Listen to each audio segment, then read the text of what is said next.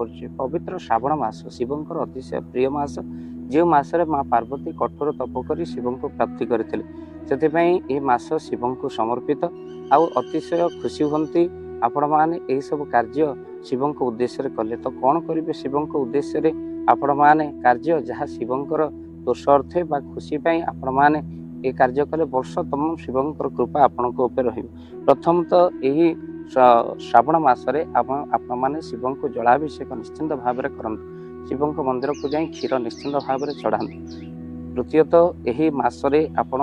किसी बेलपत्र को 7टी 11टी बा 108टी बेलपत्र को प्रत्येक सोमवार आपण महू लगाई शिव ऊपर चढ़ातु महू चढ़ेले संपर्क आपणकर कटि जाइथिबा संपर्क निश्चिंत भाव में सुमधुर हेबो आपण सहित जो मानकर पड़ू नथिबो तिक्तता संपर्क मध्य आपणकर ठीक ठाक रहिबो संपर्क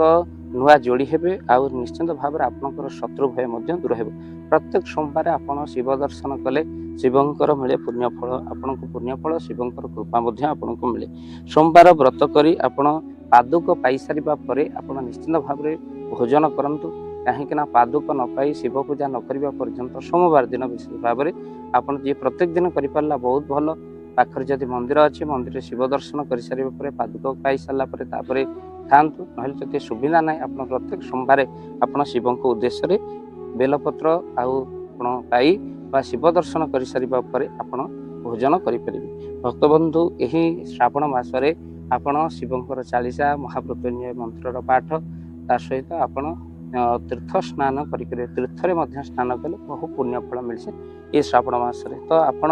ये श्रावण मसरे केबे हेले पर निंदा करंतु नहीं प्रथमे तो सुनले कौन करेंगे ना केबे पर निंदा पर चर्चा वृथा समय नष्ट मद मांस केबे भी श्रावण मसरे भक्षण करंतु नहीं शिवंकर कृपा आपणक ऊपर रहे ये श्रावण मसरे केबे भी आप मन रखि थांतु अस्त्र शस्त्र धारुआ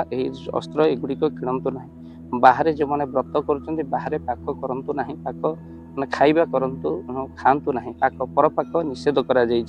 तापरे आपण मन रखि थांतु आपण केबे भी आपण केश निश आउ सहित गुड़िक काटंतु नहीं जो मैंने व्रत कर पित्तल ढाल अतिशय शुभ एथिरे ही केवल शिव को जलाभिषेक करंतु प्लास्टिक केबे व्यवहार करंतु नहीं ता सहित आपण पार्थिव शिवलिंग को पूजा कले मध्य बहुत शुभ फल मिले आउ सहित आपण एही मासरे केबे भी आपण मन रखि थांतु आपण केबे पानी कखारु खातु नहीं कलरा खातु नहीं क्षीर दही शिवंकर प्रिय जेहेतु अभिषेक करते शिव